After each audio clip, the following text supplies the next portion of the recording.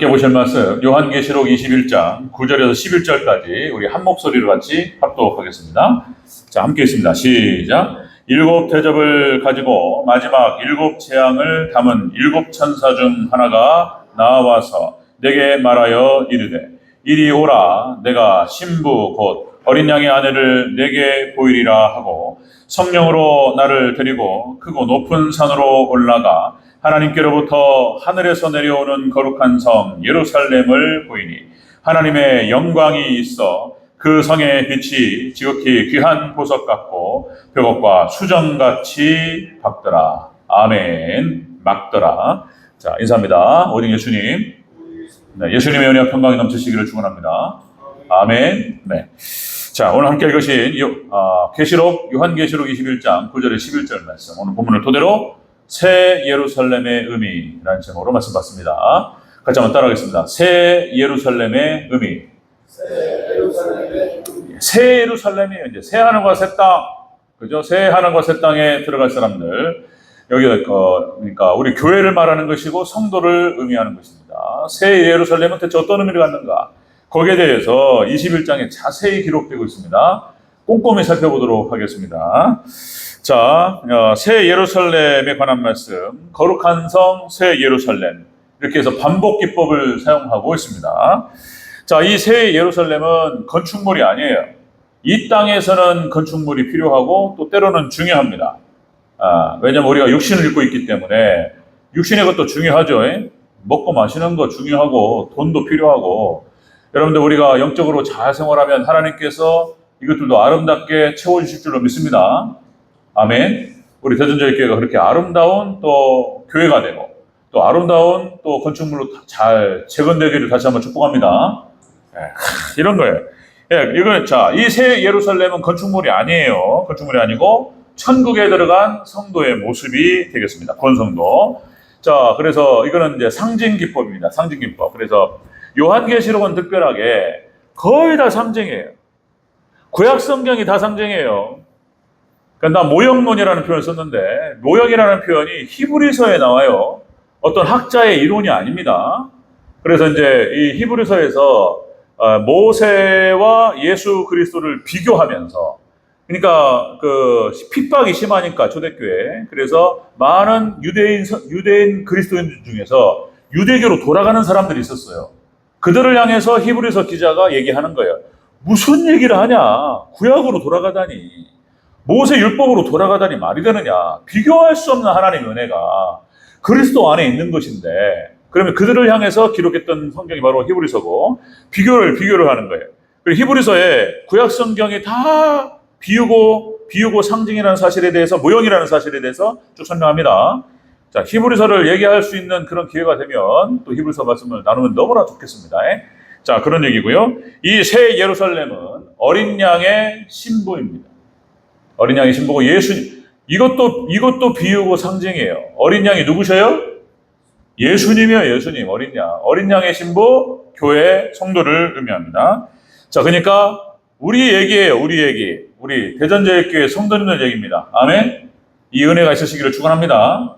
자, 이 새 예루살렘의 의미 무엇인지 자세히 살펴보도록 합니다.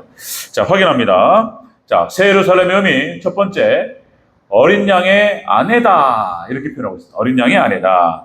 9절을 다시 한번 읽겠습니다. 9절 시작. 일곱 대접을 가지고 마지막 일곱 재앙을 담은 일곱 천사 중 하나가 나와서 내게 말하여 이르되 이리 오라. 내가 신부 곧 어린 양의 아내를 내게 보이리라 하고. 어린 양의 아내, 예수님의 신부. 그러니까 예수님의 신부된 성도를 의미한다라는 것입니다. 일곱 대접을 가진 그 천사 중에 하나가 이리 오라. 내가 신부 곧 어린 양의 아내를 내게 보이리라. 자, 이렇게 얘기하죠. 10절에서는 좀 읽을 텐데, 나를 데리고 크고 높은 산 하나님께로부터 하늘에서 내려오는 거룩한 성 예루살렘. 하늘에서 내려옵니다. 자, 이 하늘에서 내려오는 구원받은 성도, 신부된 성도, 구원 성도를 말하는 것이고요. 자, 예수님의 신부, 어린 양의 아내라고 얘기했습니다. 그러니까 만유의 왕이신 바로 예수님이에요. 예수님의 통치 심판이 진행되고, 그리고 예수님의 신부가 되는 거예요. 왕의 신부, 왕비요, 왕비.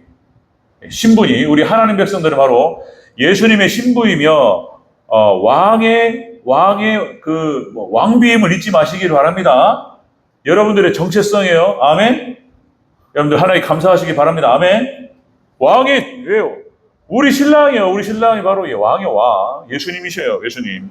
그래서 지금 먼저 돌아가신 우리 성도들은 영적으로 예수님과 함께 거합니다. 그리고 이제 이렇게 새 하늘과 새 땅으로 들어가서 새 예루살렘 임할 때는 영육이 함께 들어가는 거예요.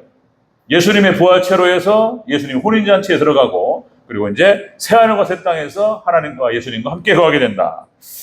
자, 그런 얘기가 성경에 계속적으로 기록되고 있습니다. 바로 성도 하나님 백성들이 예수님의 신부라는 사실에 대해서 여러 군데서 상징적으로 표현하고 있는데, 자, 그러니까 아브라함과 이삭과 야곱 믿음의 족장들, 그다음에 믿음의 선진들, 여기가 다 예수님을 상징한다고 그랬어요. 아브라함의 상징성이 있고 따로 있고, 이삭의 예수님의 상징성이 따로 있고, 야곱도 마찬가지고 요셉도 마찬가지고, 그다음에 모세, 여호수아 뭐 다 예수님이요. 다 다윗, 예수님의 상징성을 다 갖고 있어요. 그러니까 바로 아브라함과 이삭과 야곱의 아내는 바로 사라와 리브가와 레와, 라헬, 이 사람들은, 이 여성들은 교회를 상징하는 거예요. 교회가 돌보는 거예요. 교회가 생명을 잉태하는 거예요. 그러니까 이제 교회를 상징하는 것입니다. 그리고 이제 마지막 종말 때에는 교회를 해 입은 여자 이렇게 표현한다는 거예요. 해 입은 여자, 해를 입었다. 그러니까 이제 해는 하나님을 상징합니다. 예수님을 상징하고, 오직 예수님 신앙으로 무장한 바로 해 입은 여자, 교회를 말하는 거예요. 오직 예수님을 신앙으로 무장한 교회, 해 입은 여자를 말하는 것이죠. 자, 마태복음 25장에서는 예수님께서 비유로 말씀하십니다. 그러니까 열처녀 비유를 통해서 교회를 얘기하는 거예요. 열처녀, 처녀, 신부. 그 중에 5처녀는 등을 준비했는데 기름을 준비하지 않았다는 것이고, 그죠? 마태복음 25장에 나타나는 3가지 비유 중에 하나잖아요. 3가지 비유. 그러니까 열처녀 비유, 양과 염소의 비유, 그 다음에 달란트 비유, 이렇게 나오죠? 3가지 비유. 그러니까 5처녀는 등만 준비했고 기름을 준비하지 않았고, 그 다음에 지혜로운 5처녀는, 슬기로운 5처녀는 등과 기름을 함께 준비했다. 그래서 신랑이 더디 오는데 새벽에 신랑이로다 맞으러 나오라 소리가 들린단 말이에요. 그러니까 신랑의 종이 소리를 친단 말이에요. 그러니까 자다가 다 졸아요. 마지막 때는, 종말 때는 다 졸아요. 이 열처녀 비유 안에 많은 상징성이 있어요. 마지막 종말 때 예수님께서 다시 오실 때에 이런 현상이 벌어져요. 마지막 종말 때는 다 졸아. 이게 그러니까 이 주의 종의 사명이 깨우는 건데, 영적으로 다 수면 상태에 들어가지고 깨우는데, 깨우니까 어떤 성도는 일어나잖아요. 그러나 깨어서 하나님께 나아가는 성도는 정말 슬기로운 처녀들이에요, 여러분들. 깨워도 안 일납니다, 이제는. 깨워도 안 일어나. 그냥 자, 그냥 자. 그냥 귀 닫고 자요. 마지막 때는 그렇게 됩니다. 깨워도 안 일나고, 우리 조성훈이 그래요. 자명수정 소리 나도 자버려, 그냥. 따로 깨워야 돼. 맞다. 마지막 때 그런다니까, 성도들이. 깨워도 안 일나, 딱 깨워도. 따로 놀려도 자버려, 그냥. 그런다니까요. 자요. 어쨌든 간에, 자, 이 말에, 이 열처녀 비유를 하시면서 마지막 표현에 예수님께 하신 말씀입니다. 그러므로 깨어있으라. 신랑이 언제 올지 너희가 알지 못하느니라. 아멘. 여러분, 깨어서 준비해야 될 줄로 믿습니다. 우리 대전제일교회는 정말 등과 기름을 함께 준비하는 슬기로운 5처녀처럼 잘 준비된 성도들 되시기를 다시 한번 축복합니다. 이게 성경 안에서 이렇게 신랑, 예수님의 신부라고 하는 것들을 계속 얘기하고 있어요. 교회에 대해서. 그 다음에 로마서에서는 이신칭의 교리, 로마서 전체가 이제 오직 믿음으로 구원받는다. 이신칭의 교리, 그러니까 믿음으로 말미암아 의롭다 하심을 받는다, 이런 뜻이에요. 그러니까 여기에서는 또 하나님의, 예수님의 신비로운 연합, 이렇게 표현한단 말이에요. 신비로운 연합이라고 하는 것은 바로 예수님과 하나 됐다는 뜻이에요. 믿음으로. 그죠?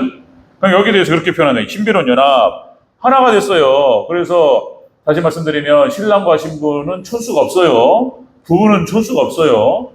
자식이 1촌이고, 형제가 2촌이고, 그리고 형제의 자식과 나와의 관계는 3촌이고, 또 내려가면 4촌이고, 5촌이고, 막 내려가잖아요. 쭉 내려가잖아요. 부부는 촌수가 없어요. 한 몸이에요, 한 몸. 그러니까, 부모님보다 앞에 있어요, 아내가, 남편이. 자식을 낳고 장가를 보내고 시집 보내면은요, 보내줘야 돼요. 또다시 강조합니다. 여기 한번 나왔으니까. 아들 장가 보낼 때 보내주시기 바랍니다. 아멘. 딸 시집 보낼 때 보내는 거예요. 거기가 위요, 거기가 앞에요. 거기가. 부모님은 일촌이라니까, 일촌. 제일 가까운데 부부는 한 몸이요, 한 몸. 그러니까 거기다 비교하면서 뭐 엄마가 좋아, 아내가 좋아 이러면 안 돼요. 아멘. 권사님들 잘하셔야 돼. 그렇게 해야 돼. 못 보내면 상처받고 막 이래요. 자, 비교하면 안 돼요. 자, 그러니까 이렇게 예수님의 신부를 얘기하면서 예수님이 여러 가지 형태로 말씀을 하셨어요. 비유로. 예수님이 머리가 되시고 교회가 몸인 거예요. 몸 대신 교회예요. 이게 몸하고 머리하고 떨어지면 어떻게 돼? 목이 끊어졌어. 안 되잖아요. 머리하고 몸이 하나잖아요. 하나의 생명체란 말이에요. 그렇게 비유를 하신단 말이에요. 그 다음에 접붙임으로 비유하신다고 그랬죠? 돌 감람나무를 참 감람나무에다가 접을 붙였다. 접을 붙였는데 여기에서 돌 감람나무인데 참 감람나무 접을 붙이니까 참 감람나무 열매가 열린다는 거예요. 이 식물의 이 오묘함은 또 오묘한 거예요. 또 제가 중학교 때 농업을 배웠는데 뭐 아무것도 모르겠어요. 저는 기억나는 아무것도 없고 어쨌든 간에 식물이 그런 거예요. 접붙임. 바로 우리가 죄인인데 예수님과 연합됨으로 말미암아 생명의 열매를 맺을 줄로 믿습니다. 그 다음에 포도나무와 가지 이런 비유가 다 예수님과의 관계성을 말하는 거예요. 교회. 생명 유기적 관계라는 거예요. 하나의 한 몸. 이렇게 말합니다. 자, 계시록 오늘 본문에서는 이렇게 어린 양의 아내 이렇게 표현해요. 신부 한 몸을 말하는 한 몸. 자, 그렇게 해서 자, 이렇게 승리한 성도가 바로 새하늘과 새 땅으로 들어가고 예수님과 혼인잔치에 들어가고 자, 우린 정혼한 상태예요. 지금 진정한 혼인잔치와 이제 하나 되는 것은 천국 가서 새하늘과 새 땅에 들어갈 줄로 믿습니다. 그걸로 들어가는 거예요. 자, 여기서 승리했다. 승리한 성도라고 하는 것은 이런 걸 말하는 거예요. 승리한 것은 대환란을 통과한 성도를 말하는 것입니다. 대환란을 다 통과하게 됩니다. 그리고 짐승과 적그리스도 그리고 666과 싸워서 이기는 성도를 말하는 거예요. 이렇게 말하면 어떻게 이긴대 또 이런단 말이죠. 부담스럽게 제 얘기가 아니고 성경 얘기예요. 어떻게 이기냐 말이에요. 그거를 적그리스도를 어떻게 이기며 666의 어떤 그런 협박과 박해와 이런 어떤 미혹에 대해서 어떻게 이기냐 이런 얘기를 하는데 하나님께서 도와주실 줄로 믿습니다. 하나님 도와주셔서 이겨요. 우리가 이겨요. 믿으시기를 축원합니다. 믿음의 성도들 마지막 때 하나님께서 성령의 늦은 비 성령으로 무장시켜요. 무장시켜가지고 이길 수 있도록 도와주세요. 가나안 정복 전쟁하고 똑같아요. 하나님 도와주세요. 하나님께서 하세요. 하나님께서 그러니까 믿음으로 무장된 출애굽 2세대가 가나안 정복 전쟁을 치르는데 쫙 들어갈 때 하나님께서 신전 하나님께서 여호와의 군대장관 예수님께서 딱 나가셔가지고 다 정리해버려 그냥 우리는 믿음으로 따라가면 됩니다. 아멘. 우리가 이길 줄로 믿습니다.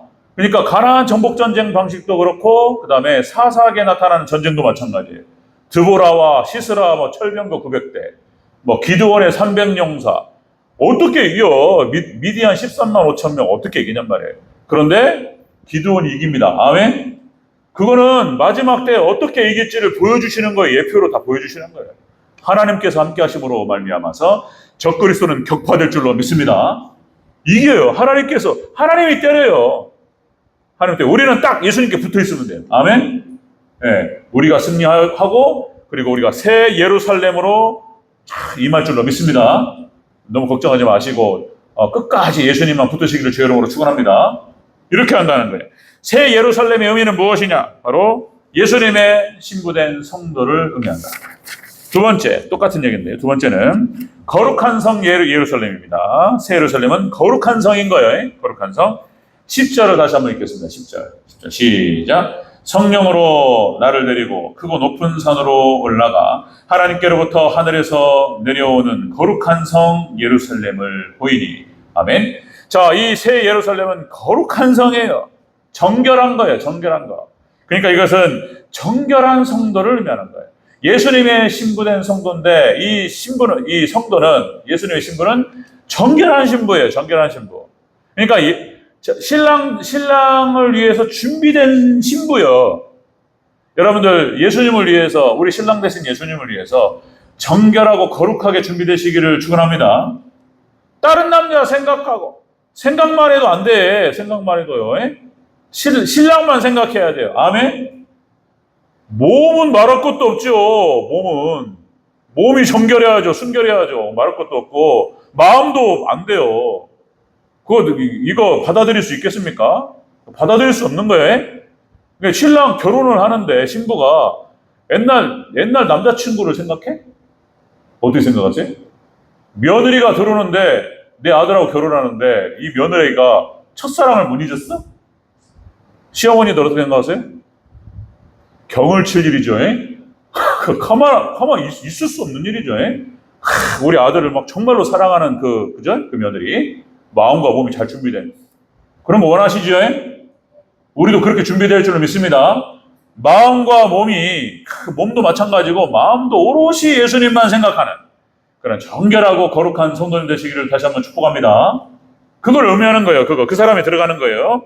자, 여기서 성령께서 나를 데리고 크고 높은 산으로 올라갔다는 거예요. 크고 높은 산. 이것은 성경에서 나타나는 모든, 돌이 예수님을 상징하고 산이 예수님을 상징합니다. 그 전에 한 말씀 나눴습니다. 그러니까 이게 상징적인 거예요. 다 예수님이에요. 다. 그러니까 믿음의 선진들에게 임했던 그 은혜가 다 산으로 임합니다. 산으로. 자, 여러분들 마태복음 24장 15절 16절에 이렇게 기록되죠. 멸망에 가증한 것이 거룩한 곳에 선 것을 보거든 너희는 어디로 도망가라? 산으로 도망가라는 거예요. 예수님께로 도망가라는 뜻이에요. 또 예수님께 도망가다, 이 산이라고 하는 것은 높은 신앙을 말하는 거예요. 높은 신앙. 높은 신앙이 되라. 그리고 예수님께로 피하라. 이런 뜻이에요. 상징적인 표현입니다. 자, 여러분들 성경에 다 산이에요. 에덴 동산. 하나님의 은혜가 에덴 동산에 임합니다. 다 산이에요. 시온산. 예루살렘이 바로 시온산 주변에 있는 거예요. 같이. 산 봉우리 속에서 예루살렘이 있는 거예요. 시온산, 그리심산, 엘리야가 이겼던 갈멜산. 노아가 홍수가 끝나고 도착했던 곳이 바로 어디죠? 아라랏산이에요. 아라랏산. 거기에서 하나님께 제사를 드립니다. 다 산이에요. 헤르몬산, 모리아산, 시내산, 호렙산, 겟세마네 동산, 변화산, 다 산이에요. 여러분들 상징적인 겁니다. 산이 우리 인간에게 모든 좋은 것을 산이 줘요. 산에서 산소가 나옵니다. 피톤치드 이런 것들 다 산이야. 나무예요. 나무가 다 산에 있는 거예요. 산. 그리고 또 산이 있음으로 말미암아서요 물이 맑아져요. 물을 정화합니다. 이 다 예수님을 상징하는 거예요. 다 산을 어디가 아프면 산 근처로 가야 돼요. 그게 맞아요. 우리 최하식 장로님 너무나 마음이 아픈데 산 가까운 데 살아야 돼요. 공기가 맑아요. 모든 좋은 게 산에서 내려오는 거예요. 그 다음에 나무, 과일, 그 다음에 약초, 산삼 다 산에 나와요. 산에서 다 예수님 상징하는 거예요. 산이에요. 산. 그러니까 또 한 가지 여러분들 셈함 야벳이 있잖아요. 셈함 야벳. 그래서 함족이 흑인이고 그 다음에 야벳 족속이 백인이잖아요. 그리고 우리 셈족이 아시아입니다. 자, 그렇게 되는 건데, 그러니까 아프리카에는 그전에 한 말씀 드렸는데 다시 한번 강조합니다. 아프리카에는 전체적으로 산이 7% 있대요. 7%가 산이라는 거예요. 그 다음에 유럽에는 야벳 족속입니다. 유럽에는 산이 20%예요. 20%. 그 다음에 미국에는 27%가 산이래요. 좀 더 하나님께서 산을 주셨어요. 그런데 아시아에는 산이 몇 프로요? 50%예요. 50%. 산이 50%. 그러니까 이 셈족은요, 특별히 하나님께 은혜를 주신 거예요. 산에서 모든 게 좋은 게 다 나와요. 다. 근데 한국은 산이 몇 프로예요? 70%예요. 이거는요, 굉장히 어떤 상징적 의미가 있는 거예요. 하나님께서. 그래서 우리 한국은요, 땅을 파면 다 지하수가 다 맑아요. 기가 막힌 거예요. 우리 한국 땅이. 그래서. 그러니까, 회오리밤에 이런 거 없어요. 이런 거. 또 산사태가 가끔 있긴 하지만은 다 산이 막아줘요. 다 산이 하나님 보호합니다. 하나님 다 보호하세요. 상징적인 얘기입니다. 산을 가까이 하시길 바랍니다. 산 자주 가시는 게 좋아요. 기회가 닿으면 산 자주 가시고 공기 맑고 운동되고 참 좋습니다. 그러니까 여기에서 바로 정결해지는 거예요. 자, 높은 산 이걸 말하는 것이고 이렇게 해서 거룩한 성 그러니까 새 예루살렘은 신부를 말하는 것인데 거룩해야 되는 거예요. 정결한 성을 말하는 거예요. 또 그러고 보니까 구약 성경에 신약성경이 다 정결이에요. 하나님 원하시는 것이 다 정결이고 순결이고 원하시는, 거룩을 원하시는 거예요. 창세기 8장 20절에 나오죠. 자, 노아가 여호와께 제단을 쌓고 아라랏산에 도착해서, 자, 노아가 여호와께 제단을 쌓고 모든 정결한 짐승과 모든 정결한 새 중에서 제물을 취하여 번제로 반을 드렸더니, 정결해야 되는 거예요.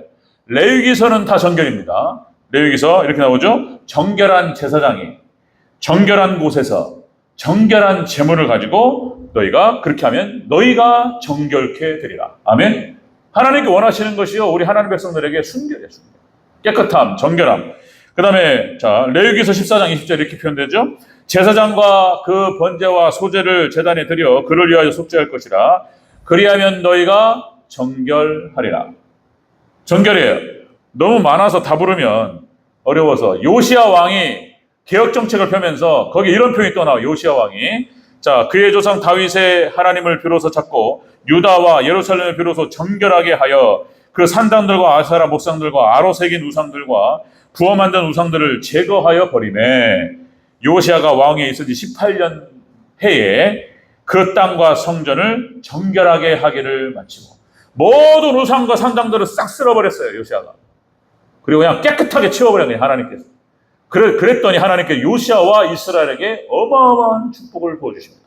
여러분들, 우리가 부족하지만 하나님께 정결을 사모하고 깨끗하게 하나님께 나아갈 때 놀라우신 은혜와 축복이 임할 줄로 믿습니다. 먼저 이렇게 되는 거예요. 이렇게. 뭐 너무 많아서 다 부를 수가 없고. 자, 그렇습니다. 새 예루살렘은 바로 그것이다.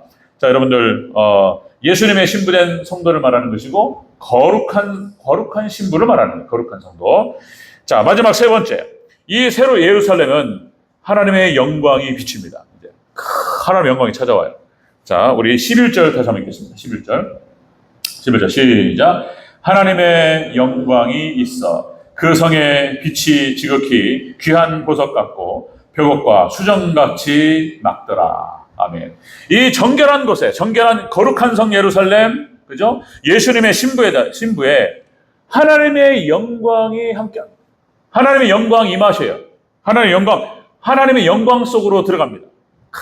이 영광스러운 거예요. 그러니까 무슨 뭐 유명인 만나는 게 아닙니다. 뭐 대통령 만나면 와, 가문의 영광입니다. 그런 거 아니에요. 뭐 비교할 수가 없는 거예요. 여러분들, 하나님의 영광을 사모하시기를 축원합니다. 이제 마지막 종말 때 성도가, 교회가 하나님의 영광 속으로 들어갑니다. 하나님의 영광이 비칩니다. 찬란하게 빛날 줄로 믿습니다. 성도들 한 명 한 명이 교회가 빛이 나요. 이렇게 되는 거예요. 찬란한 영광이 임한다.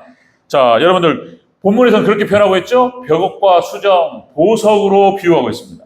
그렇게 해서 이렇게 거룩하게, 정결하고 깨끗하게, 자, 순결과 거룩을 상징하는 거예요. 벽옥과 수정이라고 하는 것은 깨끗합니다. 정결해요. 아무것도 없어요.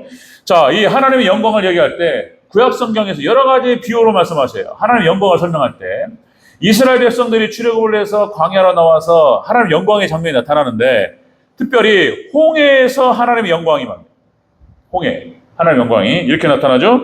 출애굽기 14장 4절에서 내가 그와 그의 온 군대로 말미암아 영광을 얻어 애굽 사람들이 나를 여호와인 줄 알게 하리라. 그러니까 홍해에서 쓸어버려. 하나님께서 임하셔가지고 하나님 백성들을 추적했어요. 공격하기 위해서. 하나님께서 임하셔서 애국과 바로 군대를 싹 물살시켜 버립니다. 그 장면에 대해서 하나님께 뭐라고 말씀하시냐면, 나의 영광을, 자, 온 군대로 말미암아서 영광을 얻어 애국 사람들이 나를 여호와인 줄 알게 하리라. 하나님 영광이 임해버렸어요. 하나님 심판하십니다. 그걸 영광이라고 표현하고 있습니다.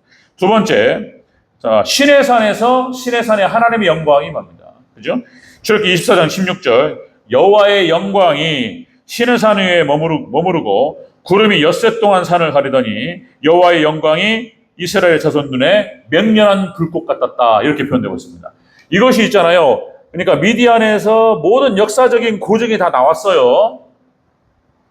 그러니까 홍해 밑에 애굽의 바퀴가 있습니다. 이거는 그냥 아니고, 그건 역사학자들이, 고증학자들이 다 밝혀낸 거예요. 사실이라는 거예요, 사실.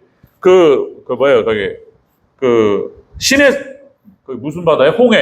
홍해 이스라엘 백성들이 건넜던 다리가 있다는 거. 다시요. 그러니까, 그 비행기에서 이렇게 촬영을 하잖아요. 그러면 거기에 다리가 있어요, 다리가. 심해 밑에는 1000m가 넘는 낭떠러지인데, 이스라엘 백성들이 갔던 그 길이 반경 5km 좀 넘는 다리가 있어요. 그리고 그 밑에 수면으로 들어갔더니, 애굽의 바퀴들이 거기에 박혀 있는 것이 나온 거예요. 다 역사 고증됐습니다. 그리고 시내산이라고 하는 곳을 갔더니, 실질적으로, 저기 항공사진으로 찍었더니, 거기가 완전 시커멓게 타 있어요. 다른 산은 다 깨끗한데 시내산이라고 보여지는 거기가 새카맣게 타 있습니다. 하나님의 영광이 싹 태워버려요. 역사도 고정됐습니다. 이거 유튜브에 다 나와요. 야, 지금은 정말로 좋은 시대입니다. 유튜브에 다 나와요. 학자들이 다 얘기합니다. 전문가들이. 자, 그런 얘기. 그 다음에 또 하나님의 영광. 모세가 하나님 보잖아요. 모세가 하나님을 보여주시옵소서, 하나님을 보기를 원합니다. 그랬더니 하나님께서 모세에게 등을 보여주셔요. 그때도 영광이 나타납니다. 출애굽기 33장 22절. 내 영광이 지나갈 때에 내가 너를 반석 틈에 두고 내가 지나도록 내 손으로 너를 덮었다가. 하나님께서 모세를 갖다가 반석 사이에다 숨겨두시고 손으로 덮어요. 그러니까 모세가 여전히 죄가 있기 때문에 하나님의 영광이 공격할 수 있다는 거죠. 그러지 못하도록 이렇게 딱 하나님께서 반석 틈에, 이것도 다 예수님이에요. 다 숨겨두시고 등을 보여주십니다. 모세가 하나님의 등을 봐요. 예, 그런 장면이, 하나님의 영광을 봤던 장면이 나타납니다. 자, 그 다음에 또 영광이 솔로몬의 영광, 이제 하나님의 영광을 입습니다. 하나님의 백성들이 하나님의 영광을 입으면 찬란하게 빛납니다. 솔로몬, 열왕기상 3장 13절, 성전 건축을 마치고 하나님께 성전을 봉헌하고, 그죠? 하나님의 나라 이스라엘을 잘 다스릴 수 있는 지혜를 주시옵소서. 그냥 지혜를 구했고 말씀을 구했단 말이에요. 하나님의 마음에 합당했고 하나님께 모든 부귀 영화와 영광을 솔로몬에게 허락하십니다. 그 장면이 열왕기상 3장 13절에, 자, 내가 또 네가 구하지 아니한 부귀와 영광도 내게 주노니 네 평생의 왕들 중에 너와 같은 자가 없으리라. 솔로몬이 하나님의 영광을 입었을 때 찬란하게 빛났습니다. 전 세계적으로 부귀 영화하는 그 부는 헤아릴 수가 없었고, 그죠? 그리고 그 영광은 찬란했다는 거예요. 지혜도 찬란했고. 여러분들, 하나님의 영광 임하면 이렇게 될 줄로 믿습니다. 우리 성도님들에게 하나님의 영광 임하시기를 주 여러분으로 축원합니다. 영광 임했다. 히스기야의 영광 다 말할 수가 없습니다. 시간이 막가서 히스기야의 영광 하나 더. 역대하 32장 27절. 히스기야가 부와 영광이 지극한지라 이에 은금과 보석과 향품과 방패와 온갖 보배로운 그릇들을 위하여 창고를 세우매. 너무나 많아서 이걸 갖다가 모아놓을 수 있는, 저장할 수 있는 창고를 지어야 했습니다. 히스기야가 개혁정책을 피고 개혁정책을 마치고 하나님께서 어마어마한 부귀 영화를 허락하십니다. 그죠? 여러분들, 하나님을 가까이 하고 그리고 정결한 하나님 백성들로 세워져 갈 때 하나님께서 놀라운 축복을 허락하실 줄로 믿습니다. 여러분들, 하나님의 영광이 임하시기를 주 여러분으로 축원합니다. 하나님의 영광이 비춰요. 하나님의 영광 속으로 들어가요. 영광스럽다는 거예요. 이 땅에서 영광은 또 비교할 수 없습니다. 여담으로 하나만 더 말씀드리면, 그러니까 글쎄요, 뭡니까? 이병헌 아시죠? 이병헌 미스터 선샤인이라고 하는 드라마 아십니까? 하도 재밌다길래, 저도 몇 년 된 것 같아요. 작년인가 재작년인가 하도 재밌고 멋이 어떻다고 하길래 이렇게 중간중간 봤던 것 같아요. 그러니까 이병헌이 나와서 이렇게 이제 일제시대 때 그리는 그런 어떤 이야기인데, 그러니까 그 몸종으로서 어린 나이에 어떻게 하다 보니까 미국 선교사를 따라가지고 미국으로 건너갔고, 그런 얘기 쭉 나오잖아요. 미스터 선샤인 보신 분들, 또 안 보신 분들 잠깐만 제가 드리려고 하는 말이 여기 또 있는 건데, 그러니까 이제 어린 나이에 가가지고 죽도록 고생하고 거기에 가서 어떻게 했는지 미국 육군사관학교를 들어갔다? 그렇게 나와요. 예? 육군사관학교인가? 그래가지고 한국으로 다시 온 거예요. 미국 장교로, 미국 대위로, 일제시대 때.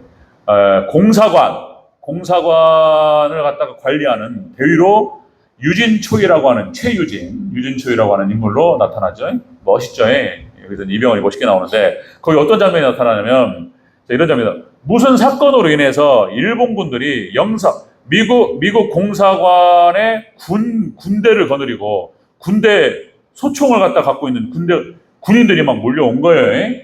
그래가지고 대치 상황이 벌어졌어요. 대치 상황이.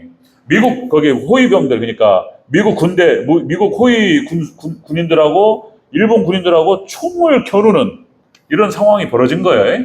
그래가지고 야 여러분들 미국 대사관을 총으로 공격한다? 이건 간단한 얘기가 아닙니다.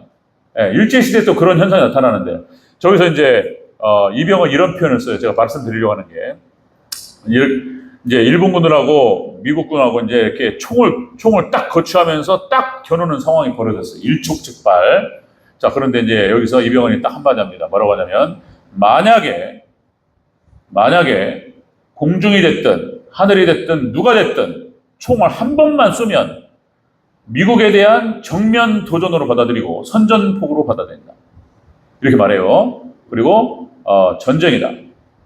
이렇게 말합니다. 미군 대위예요. 그러니까 이게 딱 그렇게 딱 말하는 순간 일본군들이 총을 다 걷어요. 그리고 쫙 뒤로 빠집니다. 저는 이제 그러니까 이 장면에서 와, 뭘 봤냐면 미국이라고 하는 그 뒷배가 이 유진초이 뒤에 있는 거예요. 그러니까 그게 그 당당함이라고 하는 것이 와, 이런 거구나. 미국이라고 하는 지금 말하면 천조국이죠. 지금 이게 전 세계에서 군비 뭡니까? 그러니까 매년 1,000조는 안 돼요. 제가 보니까 한 800 몇 조를 갖다가 미군에다 투자를 하는 거예요. 전 세계에서 경찰 노릇을 하며 미군이 그때하고 좀 다를 수 있겠지만 강대국이 뒤에 있는 거예요. 제가 미군 대위로서 딱 말하는 순간 일본군들이 딱 철수합니다. 그게 무슨 얘기냐? 그러니까 여러분들 하나님의 영광을 뒷배로 했을 때에 그 당당함과 그 찬란함은 얼마나 있겠는가 이런 생각이 들더란 말이에요. 여러분들 우리 하나님 백성들 정결하게 하나님 준비되고 하나님께서 뒤에서 지켜줄 줄을 믿습니다. 그 당당함과 와, 야 이런 거구나. 와, 미국 시민권 그렇게 시민권 불러삼고 미군의 이것이 이런 거구나. 그 뒤에는 여러 가지 우리 한국 미 군정에 있을 때 여러 가지 아픔도 있습니다. 미군 대위가 우리나라 무슨 저기 박정희 대통령 이렇게 상대해버렸어요. 무슨 장군이 한 게 아니에요. 그렇게 세요. 그런 얘기는 그렇고. 자, 그러니까 여러분들 하나님 영광이 비친다. 하나님의 영광 속으로 들어간다라고 하는 것이 바로 이런 거예요. 이런 거. 어마어마한 영광이 있습니다. 자, 말씀 정리하겠습니다. 새 예루살렘은 바로 이 새 예루살렘의 의미는 바로 성도를 얘기하는 것이고 예수님의 신부된 성도 그리고 거룩한 성도, 정결한 성도를 말하는 것이고 이 거룩한 성도, 정결한 성도에게 하나님의 영광이 하나님의 영광이 비칠 줄로 믿습니다. 마지막도 이건 사모하라는 거예요. 우리의 비전을 두고 그렇게 해서 마지막 종말 때 하나님 예수님 재림하시고 심판이 이루어지고 우리 교회는 우리 성도는 찬란하게 빛날 줄로 믿습니다. 하나님의 영광이 함께할 줄로 믿습니다. 이 축복에 우리 성도님들에게 있으시길 다시 한번 축원합니다. 아멘. 기도하겠습니다.